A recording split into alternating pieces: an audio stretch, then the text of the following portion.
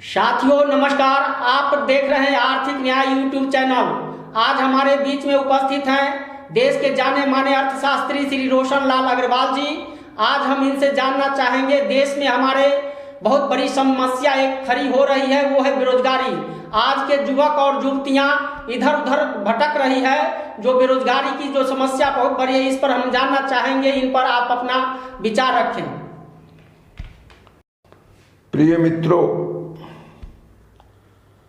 हम निरंतर समाज के सामने अपनी YouTube के माध्यम से उन समस्याओं को रखते जा रहे हैं जिसके कारण आज समाज सबसे ज़्यादा परेशान है।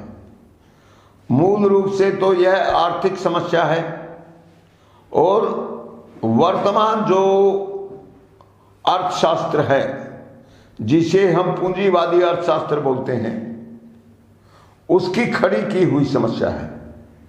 और मैं अपने निरंतर 28-30 साल के निरंतर अनुभव अध्ययन के आधार पर यह कह सकता हूं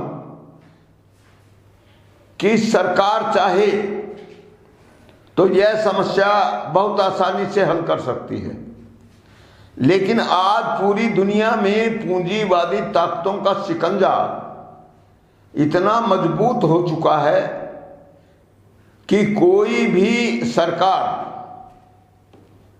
समाज की व्यापक सहमति के बिना यह काम कभी नहीं कर सकती।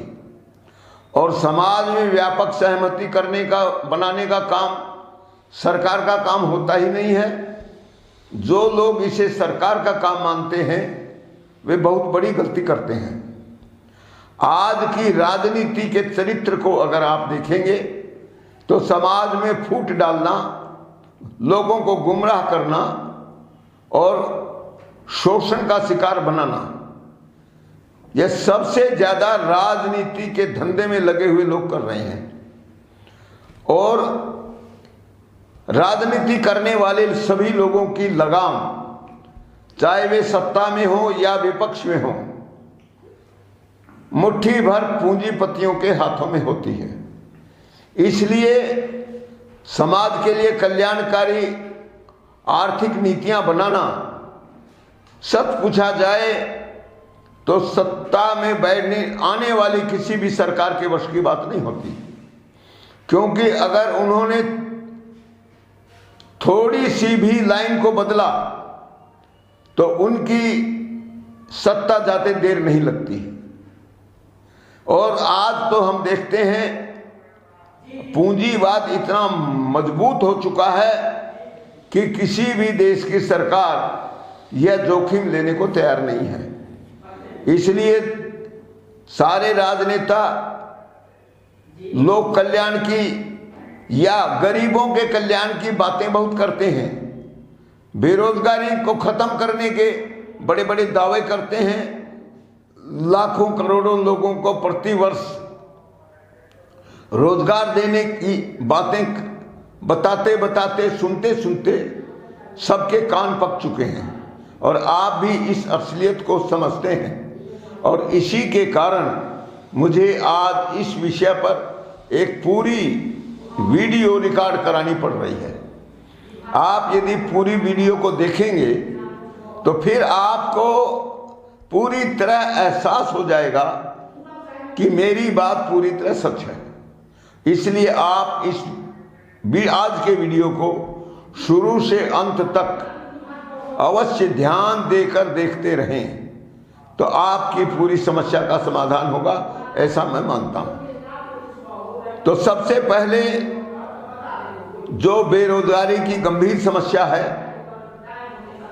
उसका कारण क्या है, उसे समझने का प्रयास करते हैं।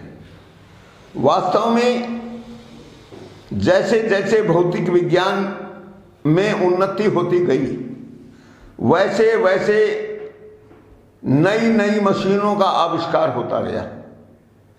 इन मशीनों ने मनुष्य की मेहनत से होने वाले सारे कामों को निरंतर छीन लिया।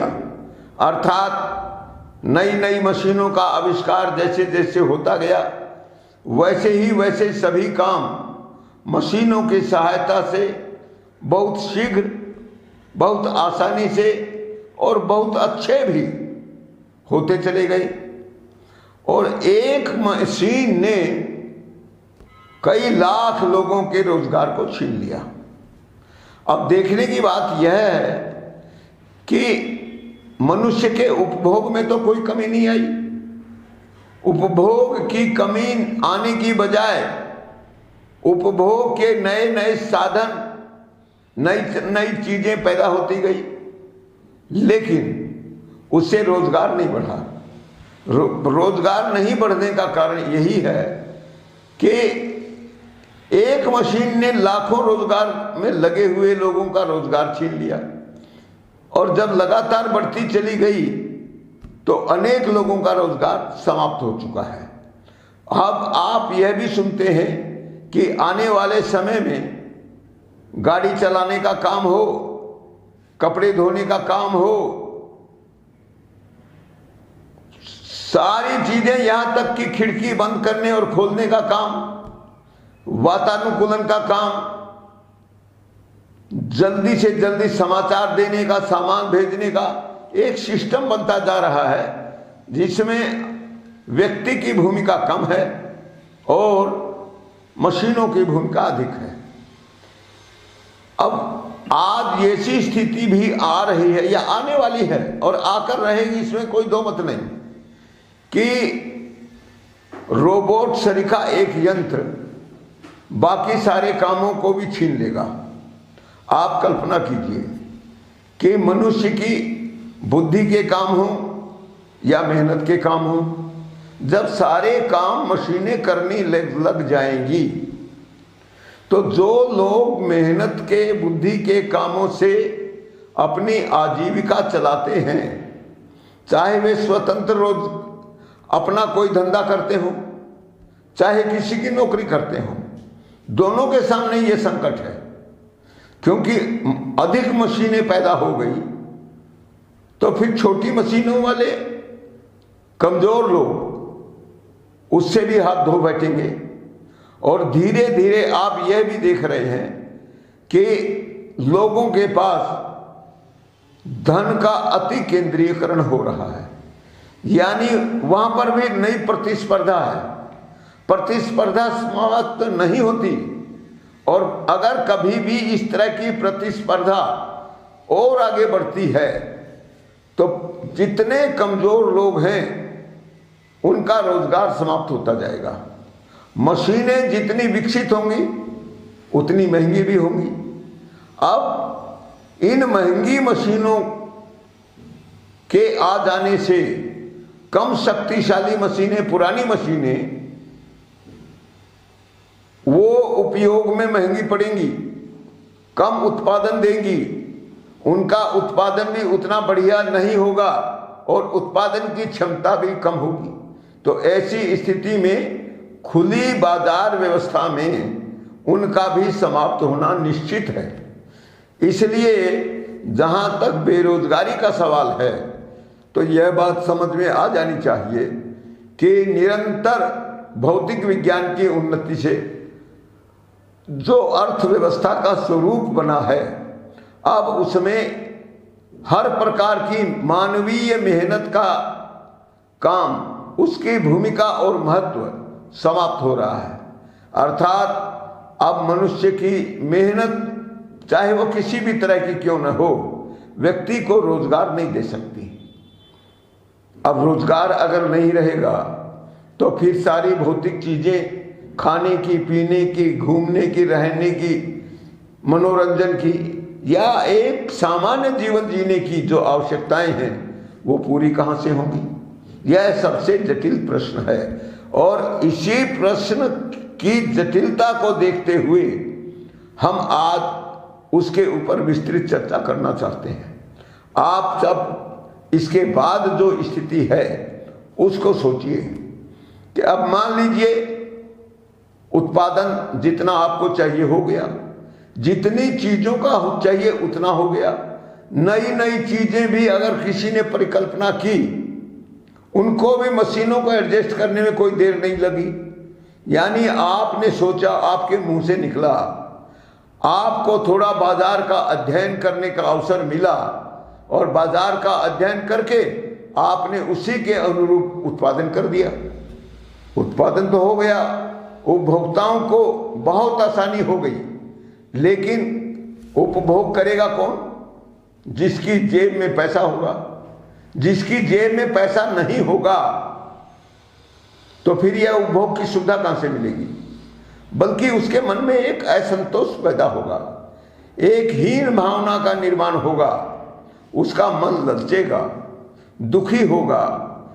वह हो सकता है कोई बालक अपने माँ बाप पर नाराज हो जाए, कहे कि आप मुझे फलानी चीज क्यों नहीं दिलाते, मेरे सारे साथियों के पास ये चीज है।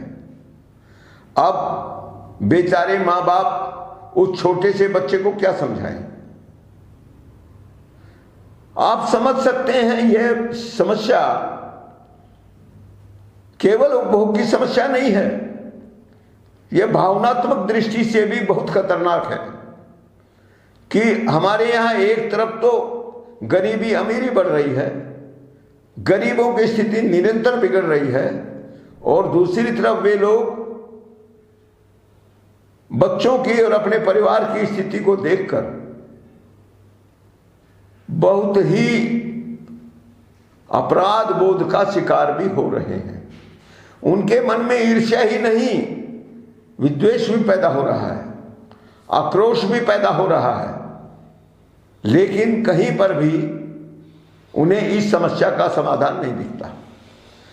राजनेताओं की बात छोड़ दीजिए, उनको झूठे वादे करने में भी कोई परेशानी नहीं, और असफल रहने में भी इनको कोई परेशानी नहीं। इनके आंखों का पानी मर चुका है, इनकी भावनाएं समाप्त हो चुकी हैं, और ये जिस प्रकार से अब चल रहे हैं उससे इनके मन में कोई खास फर्क नहीं पड़ता।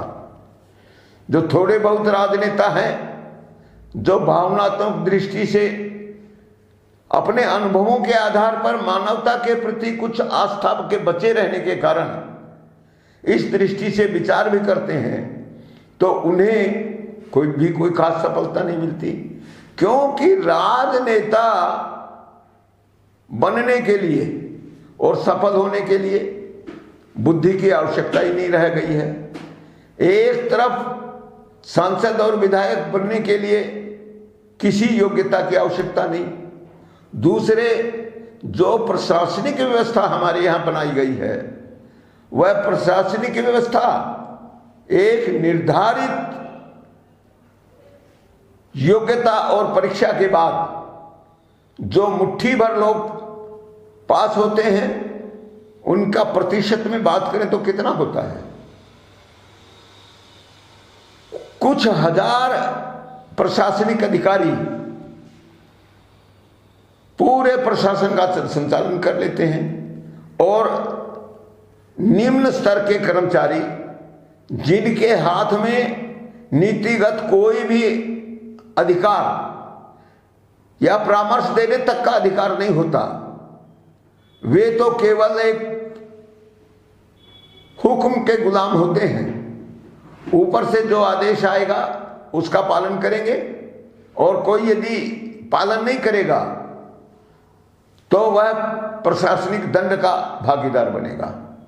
अपनी बुद्धि, अपना विवेक प्रयोग करने की उन्हें कोई स्वतंत्रता नहीं होती, ये आप भी जानते हैं। और इसीलिए यह जो निरंतर धन का केंद्रीयकरण है, बाकी सब लोगों को भूमिकाहीन बना देता है। तो अब थोड़े से मूर्ख, अनपढ़, गंवार, अनुभवहीन और आसानी से मूर्ख बनाए जा सकने वाले सबसे ऊंचे शासकों के हाथों में लगाम होती है, और धूर्तता में आगे, चालबाजी में आगे, क्रूरता में आगे, और शासक की इच्छा के अनुसार ही नहीं बल्कि उसको गुमराह करने में भी इनकी महत्वपूर्ण भूमिका होती है।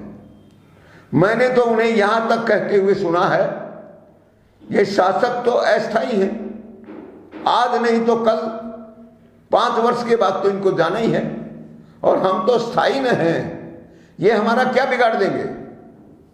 और कई बार ऐसे दृश्य भी आ जाते हैं, ये प्रशासनिक अधिकारी धमकी देते हैं कि हम चाहेंगे तो तुम्हारी सरकार बदल देंगे। और बहुत बार समाज ने, इन शासकों ने लाचार होकर घुटने भी टेके हैं। हो सकता है यह दृश्य कई बार आपको भी महसूस हुआ हो, और इसीलिए प्रशासनिक अधिकारी जो अत्यंत उच्च अधिकार प्राप्त पद पर होते हैं, वे किसी प्रकार से असंतोष का शिकार न हो, वे आदेश का यथावत पालन करते रहें। उन्हें अत्यंत ऊंचे, अनुचित, समाज को धोखा देने वाली सारी सुविधाएं उन्हें दी जाती हैं। और उनमें भी मैं आपको बताना चाहता हूं कि जो ज्यादा तिकड़मी होते हैं, ज्यादा गहराई से शासकों के लिए समस्या बन सकते हैं, उनके लिए शासक भी डरते हुए ही कोई काम करते हैं। इसलिए इन सारी जो स्थितियां पैदा हो रही हैं, तो राजनेता ही नहीं, ये प्रशासक भी उसमें जिम्मेदार हैं।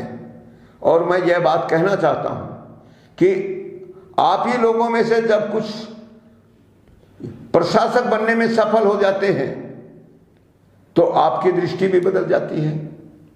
यानी कल तक सारी कठिनाइयों का सामना करते हुए किसी तरह परिवार का सहारा बनने को ही अपनी सफलता का उद्देश्य मानने वाले लोग जब किसी उच्च शक्ति प्राप्त प्रशासनिक अधिकारी के पद पर बैठ जाते हैं,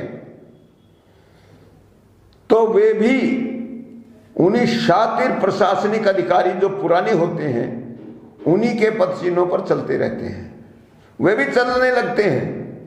तो आप इस चैनल को देखते समय इस बात को ध्यान में रखिएगा कि हम कोई भी बात आपसे छिपाना नहीं चाहते। और आज जब लाचारी, मजबूरी में आप दर दर की ठोकरें खा रहे हैं, तो उस समय आपको जरूर इन प्रशासनिक अधिकारी और शासकों का क्रूर चेहरा बहुत दर्दनाक लगता है। लेकिन जब आप खुद उन पदों पर आते हैं, तो आपकी वह भावना मर जाती है, और उस समय आप अपने को शासक नहीं, अलग दुनिया का मालिक मानने लगते हैं। आज जब आप खुद इस परेशानी को भोग रहे हैं, मैं आपको कहना चाहता हूं कि आप अपने मन के दर्द को उस समय भी भूलिएगा मत। तब हमारा यह कथन आपके लिए ज्यादा शोभनीय होगा, ज्यादा आनंददायक होगा। तो कारण तो आप समझ गए कि जैसे जैसे टेक्नोलॉजी का विकास होता जा रहा है, मानवीय श्रम की भूमिका ही समाप्त हो रही है। फिर चाहे वह बौद्धिक श्रम हो, चाहे वह शारीरिक श्रम हो, चाहे किसी प्रकार का और बहुत कुशलता से प्राप्त किया जा सकने वाला, परिश्रम से प्राप्त किया जा सकने वाला कौशल हो, अब उसकी कोई भूमिका नहीं रह गई है। और महत्वपूर्ण भूमिका हो गई है तो मशीन की, नए नए उपकरणों की। और इसीलिए जिस काम को पहले 100 लोग पूरा करते थे, अब उसे केवल 5 मशीनों के सहायता से 10 लोग पूरा कर सकते हैं। सारी प्रक्रिया निरंतर आसान हो रही है, इसलिए बेरोजगारी की समस्या भी निरंतर जटिल और कठिन हो रही है। सवाल इसका है कि उत्पादन तो बढ़ेगा, मनुष्य के उपभोग की नई नई चीजों का आविष्कार होगा,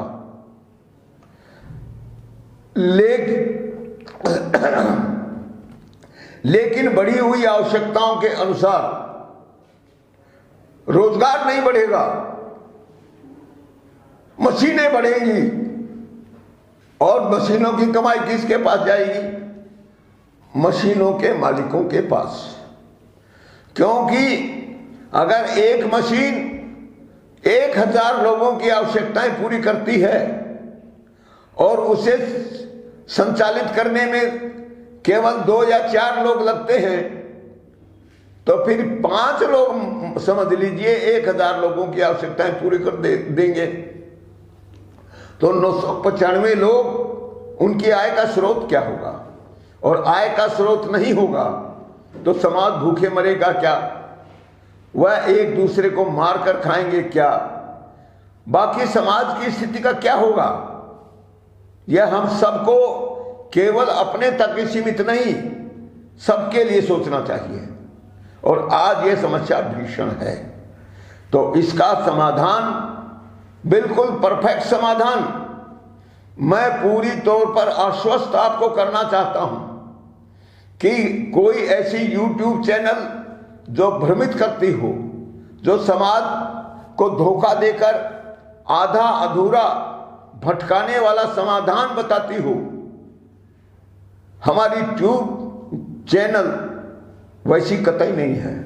यहां पर जो भी प्रसारित होगा, हमारा प्रयास है पूरी तरह शीशे की तरह पारदर्शी होगा। तो अब मेरा आपको बताना है कि मानवीय श्रम की भूमिका समाप्त हो गई, तो किसकी भूमिका बढ़ी? तो मशीनों की भूमिका बढ़ी। मशीनों की भूमिका बढ़ने का मतलब धन की, संपत्ति की भूमिका बढ़ी। और धन संपत्ति की भूमिका बढ़ने का मतलब क्या होता है? क्या यह उसके मालिक की ही आमदनी बढ़ेगी? और आज तो यही हो रहा है। एक विशालकाय मशीन पर मान लीजिए 100 मजदूर काम करते हैं, कर्मचारियों को भी मजदूर ही मान लीजिए, यहां तक कि मैनेजर भी मजदूर है, मालिक तो केवल एक है। जो जैसा चाहता है वैसे ही उसका कोई भी कर्मचारी आदेश का पालन करता है, उसके महत्व के अनुरूप उसको वेतन मिलता है। इसके अलावा कुछ जो बुद्धिमान मालिक हैं, वे कुछ इंसेंटिव, उनको प्रोत्साहन राशि भी देने लगे हैं। लेकिन वह भी कुल मिला के कितनी होती है?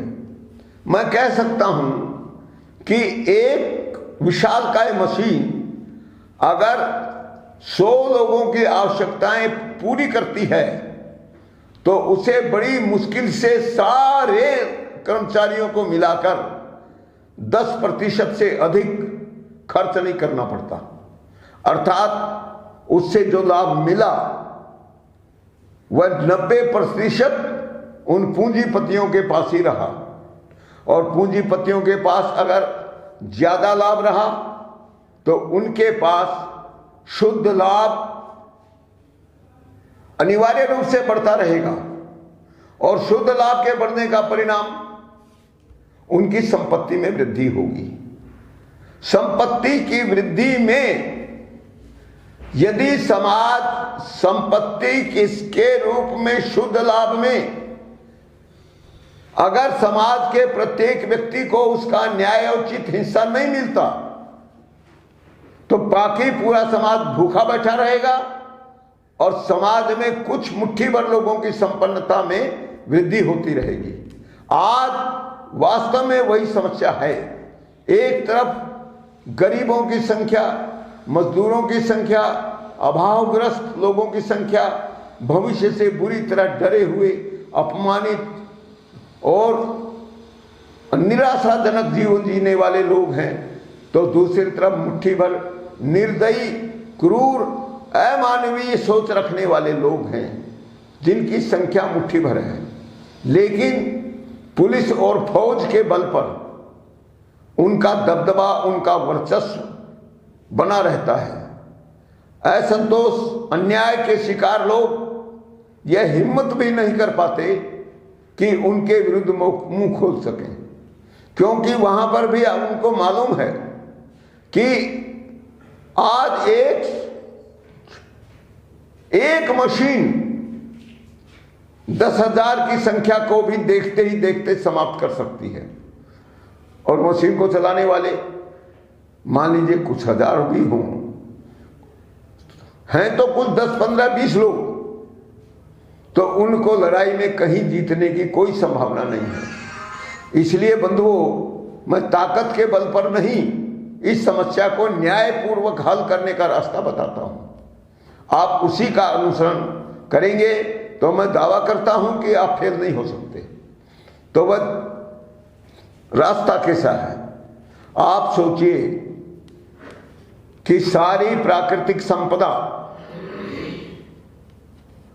इसके ऊपर उस देश के सब नागरिकों का जन्मसिद्ध अधिकार माना जाता है, और यह होता भी है, क्योंकि ये जितने सारी मनुष्य के उपभोग की वस्तुएं हैं जो उसके जीवन के लिए परम आवश्यक हैं, यह प्रकृति द्वारा पैदा की गई है और हम उसी को पूंजी मानते हैं।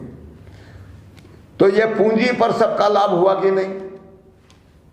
किसी के कमजोर होने से, किसी के मजबूत होने से, या किसी भी प्रकार की भिन्नता होने से इस मूलभूत अधिकार में कोई कमी नहीं आती।